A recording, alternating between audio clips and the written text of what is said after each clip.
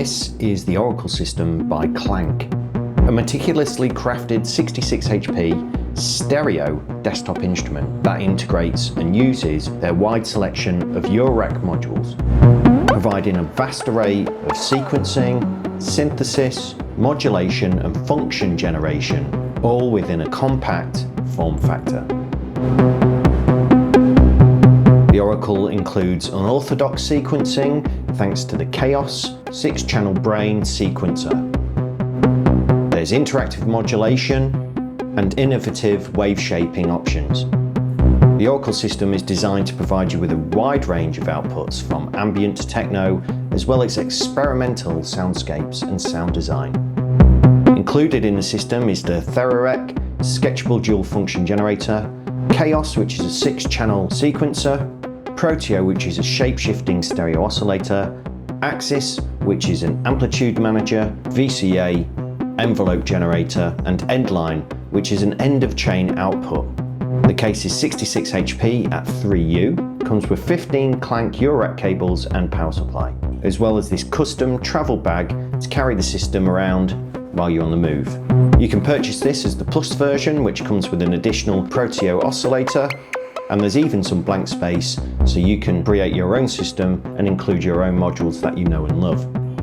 In this video, we're going to take a deep dive into all of the modules and just make some music with this, showing you some of their philosophy behind the way that this is designed and can be utilized to create a wide variety of music.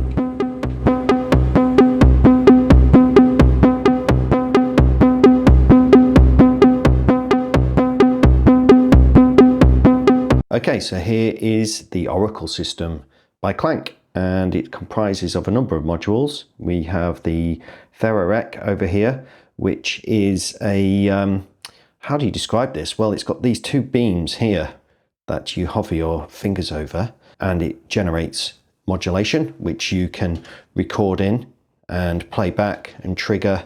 You'll see the modulation there. This is Chaos, and this is essentially their sequencer. It's very, very powerful for its size, so we'll jump into that. We've then got two oscillators. We've got Proteo, which is actually a stereo oscillator. It gives you two outputs per oscillator. And then we have Axis, which is essentially, think of it as an envelope generator, but it's also got built-in VCA. And then we have the final output, which is called Endline. And as well as this having headphone output, 1/4-inch stereo output, you also have the send and returns that you can use, both either in mono or stereo. And you've got a bit of a matrix here in terms of how you can sum your signals together and break things out of the main output. I've just added a 2 HP reverb here at the end, just so I can demonstrate some reverb. It obviously comes in this brilliant case and with the power supply and a bunch of their lovely cables, which I'm quite a fan of. I like how kind of rubbery these are. Big fan of that. But they're still very sturdy. Yeah, you get these wooden end cheeks. Okay, so this video, I am going to delve into what the modules do. There are already some videos out there which go into them in a lot of depth. I'm going to actually try and create some music and use their philosophy for this system. Remember, this is a system. We've got everything here really that we need to sequence and make music with. So let me do that, and I'll pull apart the modules as we go along. I think the easiest thing to do, let's just take one of the outputs from Proteo. So we'll take the left-hand output and run that into the input of Axis. And then I'll run that out of Axis into Endline input, left-hand input, which will send it both to left and right until something's plugged into right, and then you get your discrete left and right. Not going to hear anything because we need to open and close Axis. So I'll just put it in this cycle mode. There's 3 different modes. This one, which just automatically is going to kind of trigger and cycle, dictated by the speed here of time. And then we've also got a couple of trigger modes that we can use. This dial gives us different shapes.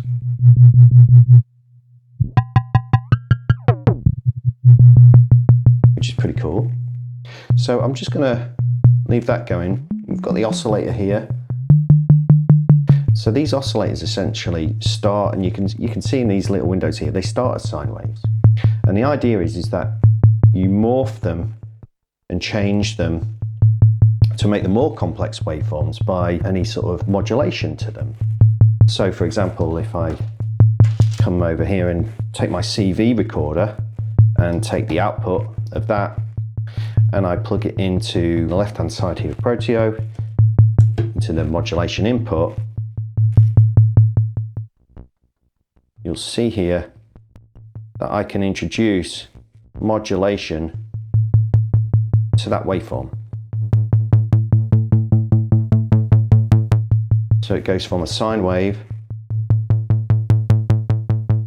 and it starts becoming more complex.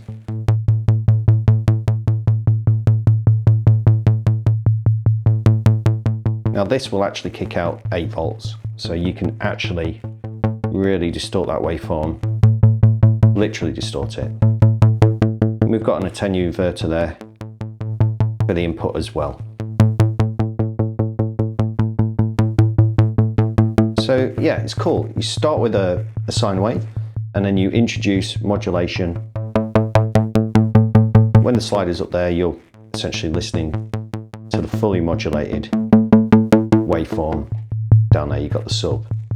So you can also modulate this and make this move as well. Let's record something into the Thererec here. And so if I just hit record, move my finger like that, take it out, record, you'll see it's playing back, it's flashing. We can change the speed of that as well.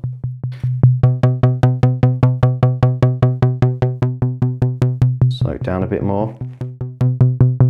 So you'll see that interacting there.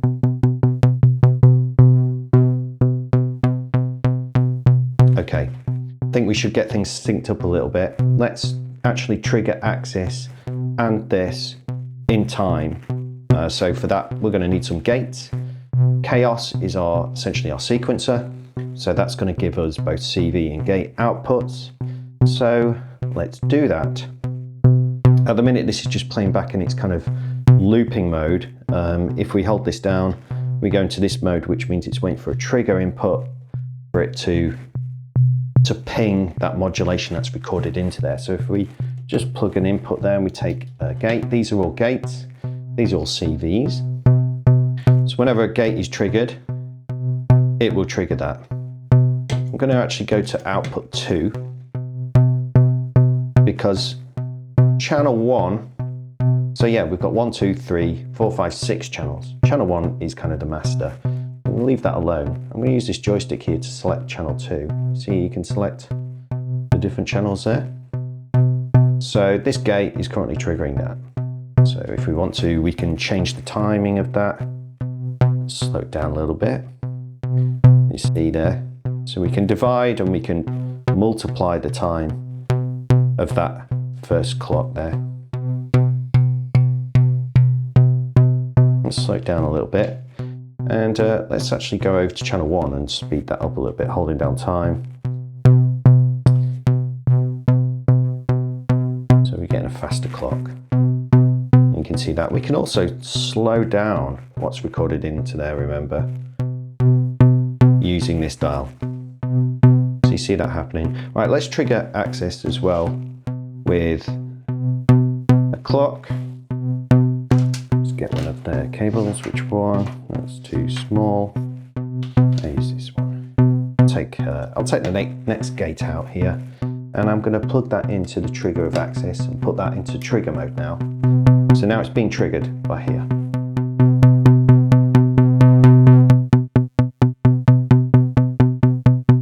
Brilliant.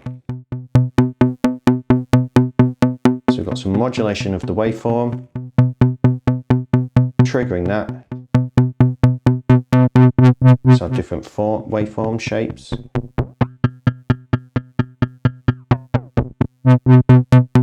Depending on what your need is. And I should also mention this time here on Proteo. What this does, it kind of extends and contracts the kind of window that this is modulating.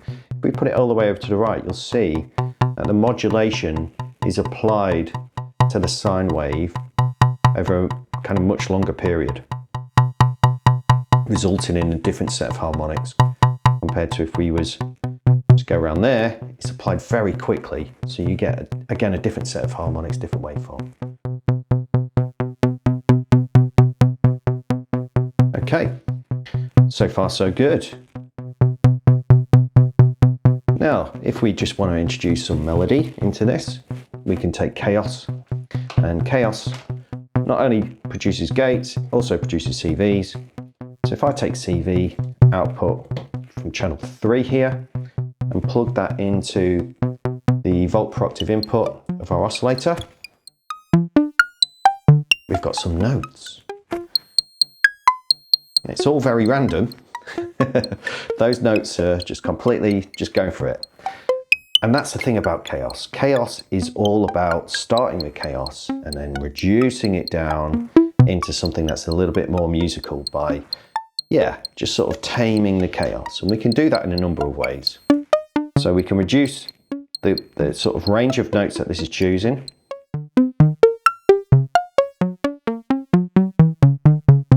So now we're just in the kind of low end. And now we're allowing more of the top range in. Gonna leave it like there. And yeah, we can then scale that up and down like that. Yeah, so let's put it to a scale. Hold this down. I'm going to leave it on octaves. I'm a minimal guy when it comes to the notes that I'm using in my music. And yeah, we can introduce slew. You can hear that range there. We can change the speed of that. Just have a very small amount if we want. Great. And in fact, if there's something we like here, we can hit loop. And it captures a moment in time.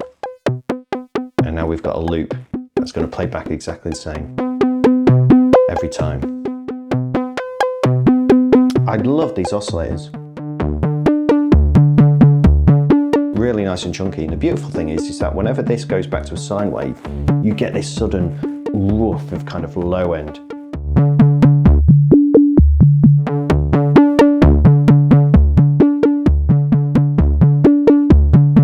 So there you go, we've got a system basically, we've got pitch, we've got time, frequency, volume, kind of all being utilised there. Let's add a bit of reverb now, shall we? So we can just take the output over here, plug it into our reverb, and take the output of our reverb and plug it back into our mixer. This acts as a slider. You've got stereo or mono switch here, so these will act as stereo left and right or a mono left and right. Let's make that wet.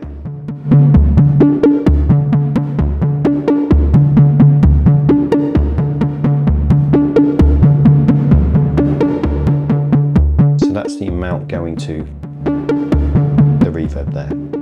We do have these switches here, so if you are using something and it's really quiet what's coming back, you can gain that up, which is really useful.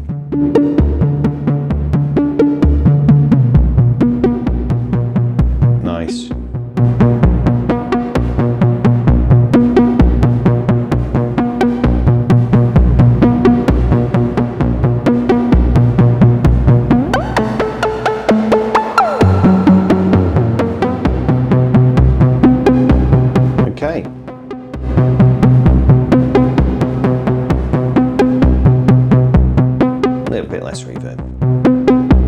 So there we go, we've got some music going. Now, we're looping around, and there's things that we can do with that loop that we've caught there of notes. So we can still play around with the range of notes within that, reduce them.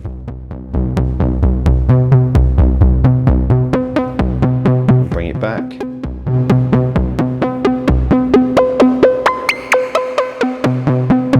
Scale it up and down.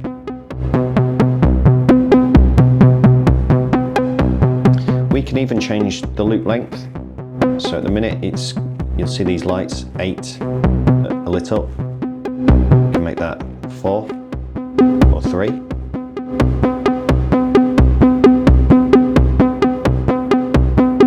See, it's very immediate.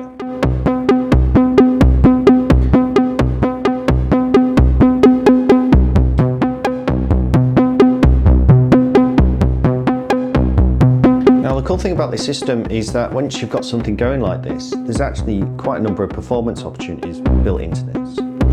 So again, if we go back to Thererec here, we've got a second channel which we can kind of play with. This is quite a performative module, this. And we could take that output and we could use it maybe to transpose, play around with the sequence that we've currently got going.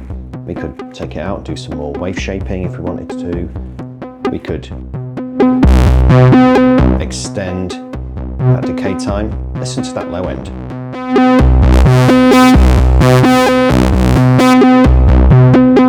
That's really nice. So yeah, let's take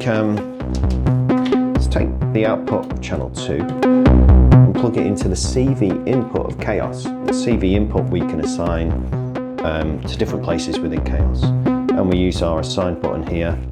Make sure we're on the right channel. And what we can do is, if this third light here, you've got four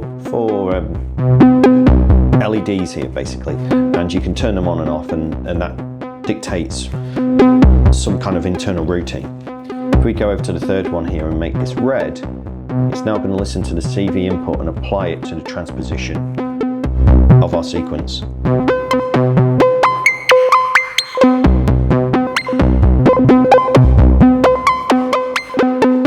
We can scale that using the attenuator.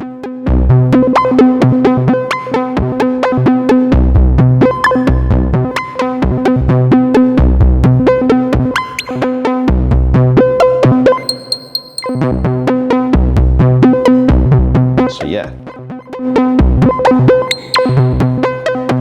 nice.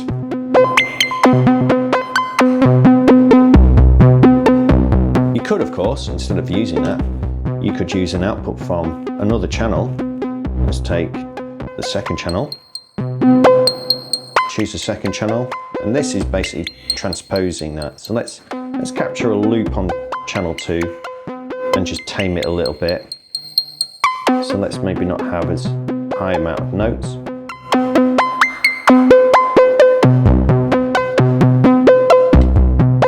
Nice. Oh, I should also mention there's probability as well on the gate, so we don't have to always kick out a gate on a particular channel. Oh, because we're in loop mode, I've got to hold down loop.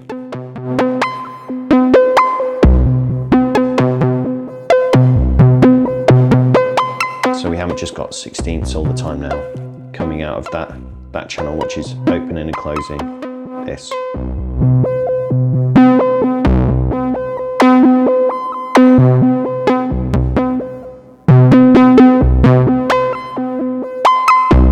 Nice.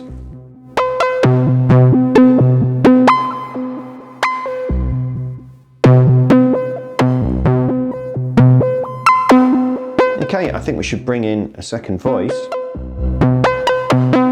and instead of setting this all up twice, we could do, but why don't we just kind of utilize 2 voices and the same side of axis, same side of the envelope generator there. So we can do that. I'm just going to take the output of axis here. No, actually, that one I'm going to leave there. And what I'm going to do is I'm going to take the output of our oscillator here, and I'm going to use this cool little patch bay over here. This is all for audio. Anything you plug in here will go to the speakers unless you interrupt it. But what I'm going to do, I'm going to take that output, and I'm going to take this output. I'm going to plug those in to the right hand side, and then I'm going to take that out, which disconnects it from the speakers. And then so we can plug it back into our axis, and then we're coming back out the axis there, and this will give us 2 voices now, but either side of this going into axis. I'll take out the left-hand one so we're only hearing the right-hand channel. The right-hand channel is also receiving the modulation that the left is, because there's some normaling going on there. And we can use the attenuator to do that, to introduce more or none. So you could just have a sub that side, which is just made from the sine wave. And then this side, you have a more complex waveform. They're both dictated by the frequency here and the volt per octave input, so they stay in tune. However, you do have this span input here,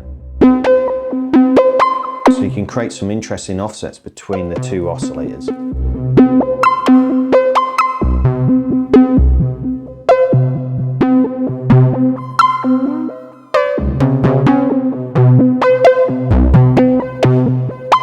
There we go. So I've tuned them to whatever that is.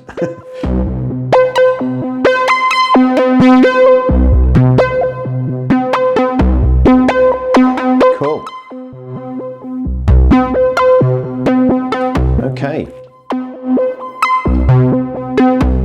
Now, I've got a whole other oscillator here I'm not using, which has got two outputs on it. I've still got one side of axis that I'm not using here as well, which isn't, so we've basically got an envelope generator and two oscillators to play with here. So I'm thinking about a kick drum. Yeah, I'm going to give that a go here. So what I need is a gate from this channel, which is going to trigger, oops, just hit the camera, which is going to trigger the right hand side, which you can see there. I might just slow that down a little bit. Set time.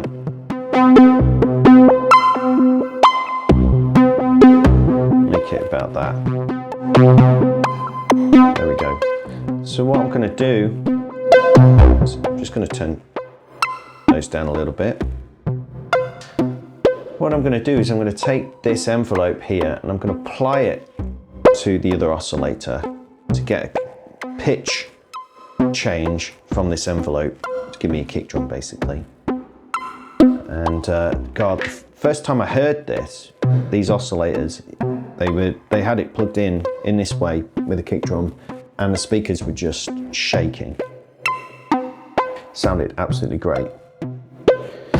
Okay, so if I take the envelope out of that side, in fact, no, I'm going to take the function out, which is the result of that, and I'm going to plug it into the span input of this oscillator here, and then, is my cable long enough? Take that output, plug it into speakers here. Now, if you're on headphones, you'll already hear that thud.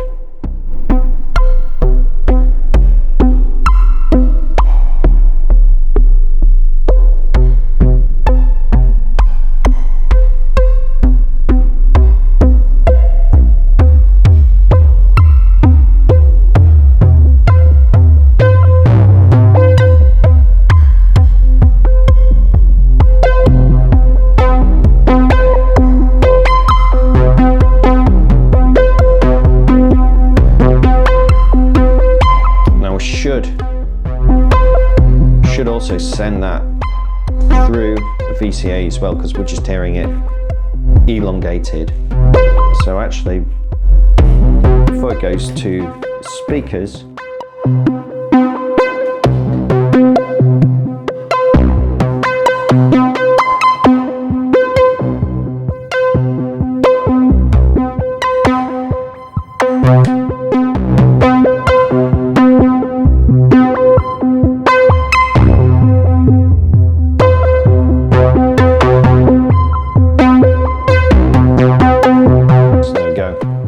I've run the output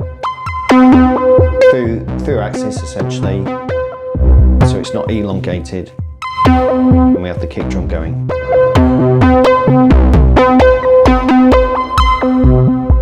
Tune your kick drum to taste.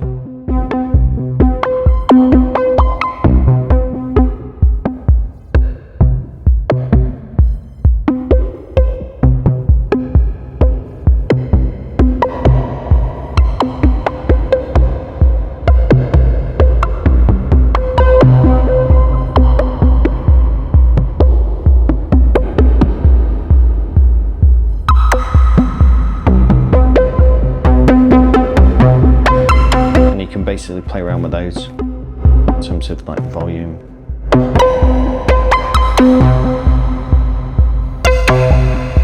Remember, if we play with this time, we're going to change the harmonic content of the waveform.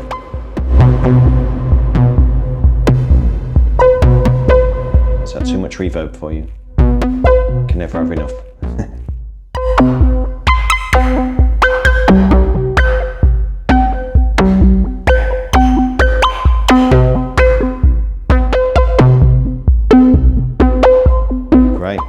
And we could modulate this, and we can also modulate these, which is going to give us a greater range of timbre over time. If we don't want that CV control going on, sorry, on channel 3.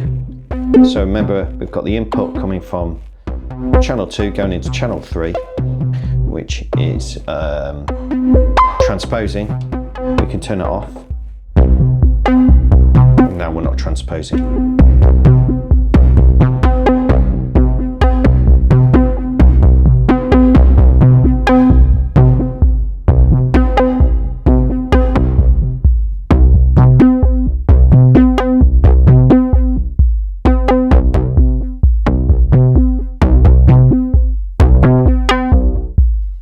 The speed of our modulation of the waveform.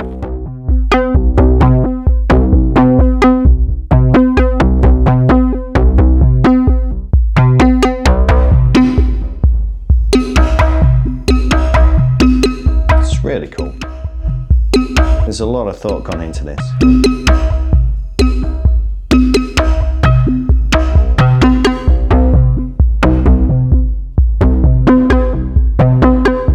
So there you go, there's a patch with the kick drum, a couple of oscillators, sequencing.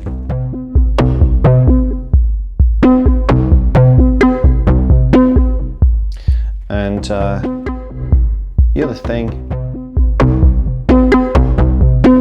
that we can do here as well is go into this mode, and we can actually mute channels.